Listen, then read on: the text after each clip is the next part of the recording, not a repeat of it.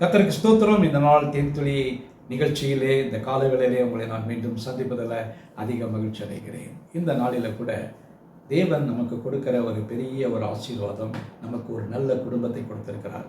அந்த குடும்பத்தை அவர் ஆசீர்வதிக்க சித்தம் கொண்டிருக்கிறார். வேதத்தில் அநேக கட்டளைகள் கொடுக்கப்பட்டிருக்கிறது.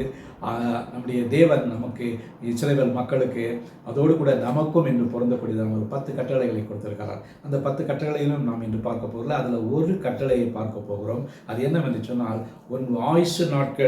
உன்னுடைய ஆயுசு நாட்கள் உன் தேவனாய கர்த்தர் அவனுக்கு கொடுக்கிற தேசத்திலே நீ இருக்கிற இடத்துல சந்தோஷமாக, ஆரோக்கியமாக, நல்ல வேலையில், நல்ல சம்பாத்தியத்தில் இருக்க வேண்டும் என்று சொன்னால் அதற்கென்று ஒரு நிபந்தனை இருக்கிறது.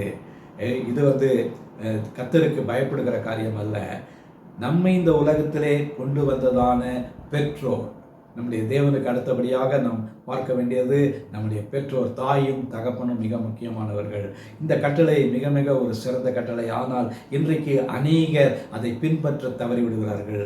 ஆனால் இந்த நாளிலே கர்த்தருடைய வார்த்தையை கேட்டு அவருடைய நியமங்களை அறிந்து அவருக்கு கீழ்ப்படுகிற பிள்ளைகளுக்கு நீடித்த ஆயுசை தருகிறார். அது என்ன ஆயுசு என்று சொன்னால், உங்களுடைய பெற்றோரை, தாயும் தகப்பனையும் நீங்கள் கனம் பண்ண வேண்டும் என்று சொன்னால், அவர்கள் உங்களை இந்த உலகத்திலே கொண்டு வந்து உங்களுக்கு உங்களுடைய குழந்தை பருவத்திலிருந்து உங்களை வளர்த்து ஆளாக்கி படிப்பு கொடுத்து நல்ல ஒரு ஸ்டேட்டஸை கொடுத்து என்று வைத்திருக்கிறாங்க. அவர்களை நீங்கள் மறந்து போகக்கூடாது. அவர்களை கனம் பண்ண வேண்டும். அவர்களை உதாசீனம் பண்ணக்கூடாது. அவர்கள் வயதான காலத்திலே இருக்கின்ற பொழுது அவர்களை தள்ளிவிடக்கூடாது. அவர்களுக்கு வேண்டியதான ஆறுதலையும் தேர்தலையும் சொல்ல வேண்டும். அவர்களுக்கு செய்ய வேண்டியதான உதவிகளை செய்ய வேண்டும். அப்படி நாம் செய்வோம் என்று சொன்னால், அவர் என்று சொல்கிறதான வார்த்தை, உன் தேவனாகிய கர்த்தர் உனக்கு கொடுக்கிற தேசம். உன்னுடைய கர்த்தராகிய தேவன் நீ எந்த தேசத்துக்கு போகிறாயோ, எந்த இடத்துல இருக்கிறாயோ, அந்த இடத்துல நீ ஒரு ஆசீர்வாதமான மகளாக இருக்க வேண்டும் என்று சொன்னால், தேவன் சொல்லுகிறதான ஒரே ஒரு காரியம், எனக்கு நீ பயப்பட வேண்டும். அதோடு கூட உனக்கு இந்த உலகத்திலே கொடுத்ததான தாயும் தகப்பனையும் பெற்றோரையும் கனப்படுத்த வேண்டும். அப்படி கனப்படுத்துவாய் என்று சொன்னால் கர்த்தர் உன்னையும் உன் சந்ததியும் ஆசீர்வதிப்பார். உனக்கு கொடுக்கிற தேசத்திலே நீ செழித்து ஆசீர்வாதமாக இருப்பாய். நல்ல ஆண்டவரே, நன்றியோடு துதிக்கிறோம், ஸ்தோத்திரிக்கிறோம். இந்த வேளையில் கூட விசேஷமாக ஆண்டவரே, எங்களுடைய பெற்றோர்களை கனம் பண்ணத்தக்கதாக வேதத்தில் ஒரு வசனத்தை கொடுத்திருக்கிறீரே, அதற்காக ஸ்தோத்திரம்.